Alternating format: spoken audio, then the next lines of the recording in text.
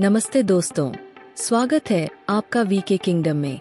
दोस्तों, क्या आपने कभी सोचा है कि किसी बाहरी शख्स के आने से पूरा परिवार कैसे बिखर सकता है?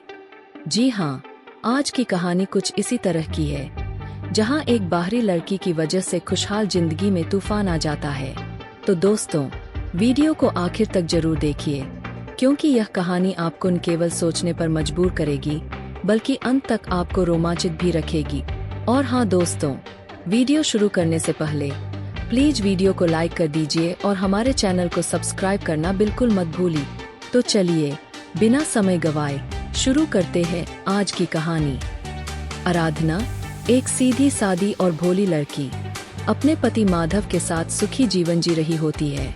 उनकी जिंदगी में सब कुछ ठीक चल रहा होता है, जब तक एक रहस्यमयी और चालाक महिला देविका उनकी जिंदगी में कदम नहीं रखती। देविका अपनी मीठी बातों और झूठे वादों से दोनों का विश्वास जीत लेती है, लेकिन देविका के इरादे नेक नहीं होते।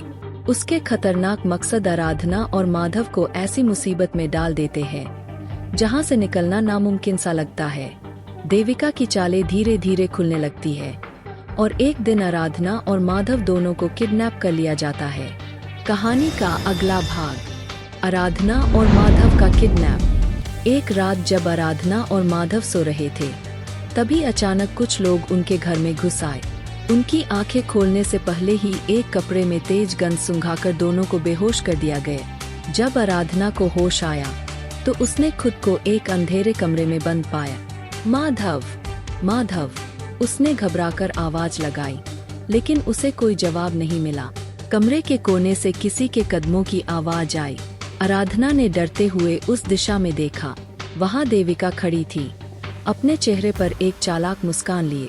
देविका की सच्चाई सामने आई। अब क्या करोगी आराधना? देविका ने कहा, तुम्हारी भोलेपन का फायदा उठाकर मैंने तुम्हारे पति को अपनी तरफ करने की कोशिश की, लेकिन तुम दोनों ने मेरा अपमान किया।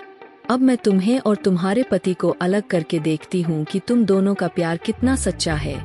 आराधना गुस्से और डर से कांप उठी। उसने देविका से पूछा, तुम ये सब क्यों कर रही हो? हमारा तुमसे कोई झगड़ा नहीं है। देविका ने ठहाका लगाया और कहा, मुझे बस अपने मतलब से प्यार है। माधव ने मेरी मदद करने से इनकार किया था और मुझे हारने से नफरत है, इसलिए मैंने सोचा तुम दोनों की खुशियों को बर्बाद करना ही मेरी जीत होगी।